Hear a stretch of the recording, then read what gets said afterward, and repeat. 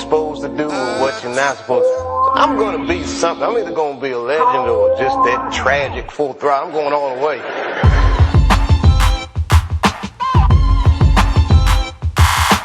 What's going on, guys? It's Dramon, and today we're going to be doing a performance review on the Under Armour Charge Controller. Starting off with the traction, these use the same exact traction pattern as the ClutchFit Drive 3, which was amazing, but I think Under Armour has a problem on their hands. Despite using the same hybrid pattern, which utilizes full-length herringbone and a diamond blade pattern in the forefoot, the Charge Controller's traction just wasn't as good as the ClutchFit Drive 3, which completely surprised me because, again, it's the same exact setup.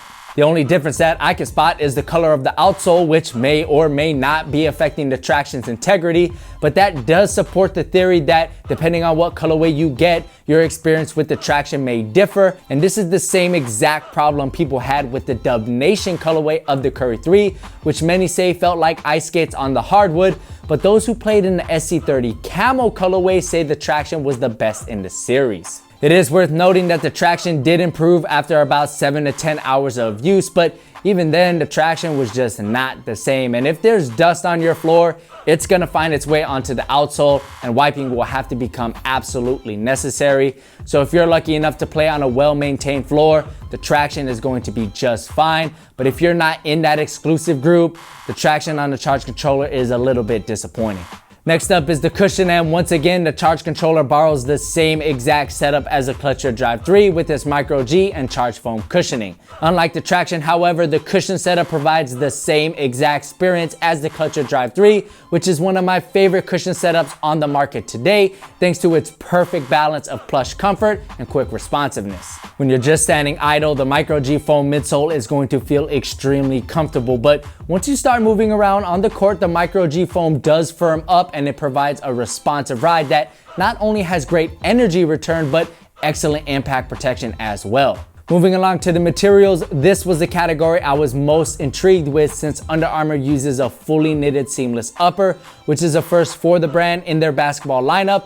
And it's a pretty good first attempt, but there are definitely some improvements that can be made. Under Armour threaded and lightly coated all of the tightly knitted areas with plastic for improved durability and structure, but all of the areas where you see a more open knit, that is where the woven material is at its best. The entire toe box area feels like it has been lightly coated with that plastic, and it's also reinforced by a very thick fuse overlay at the toe rand, and this paired with the roomy fit in this area means that it's gonna be pretty painful if your foot slams against the front of the shoe, and while this only happened to me once, it did hurt pretty bad. Once you break these in though, those heavily knitted areas do soften up to become a little bit more comfortable.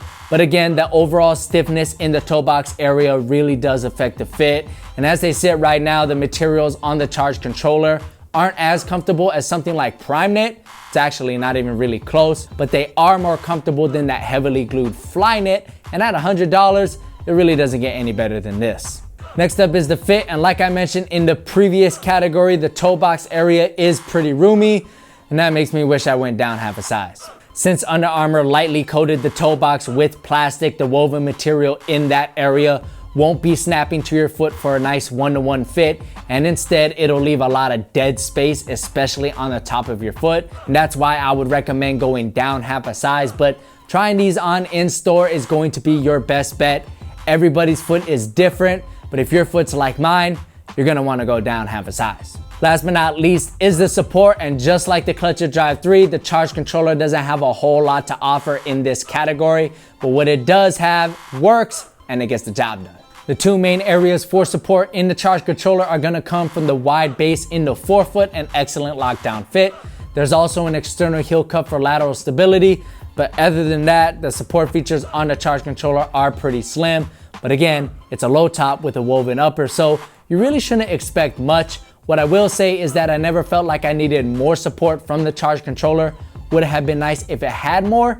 Yes, but it didn't need it. So if you're looking for something that feels very light on your feet, these are exactly what you're gonna be looking for. Overall, the Charge Controller could never realistically live up to the insanely high expectations I had for them, but the end product is a pretty solid Encore model that has an extremely versatile cushion setup and very nice materials for the price.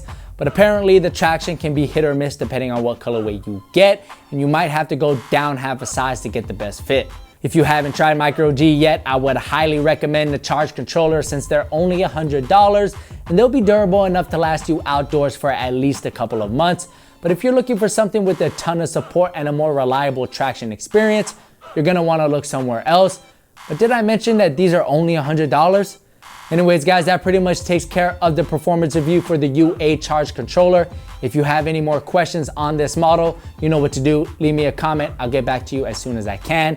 If you want to pick up a pair of these for yourself, the purchase links will be in the description box below. If you like this review, give me a thumbs up. That helps me out a lot. My name's Jaron. I'll catch you in the next one. Peace. First thing we're gonna talk about is the sizing. I got a medium and the overall fit was fine, but this sleeve did not cover as much of my knee as I wanted it to. It's a pretty short sleeve that gets the job done, but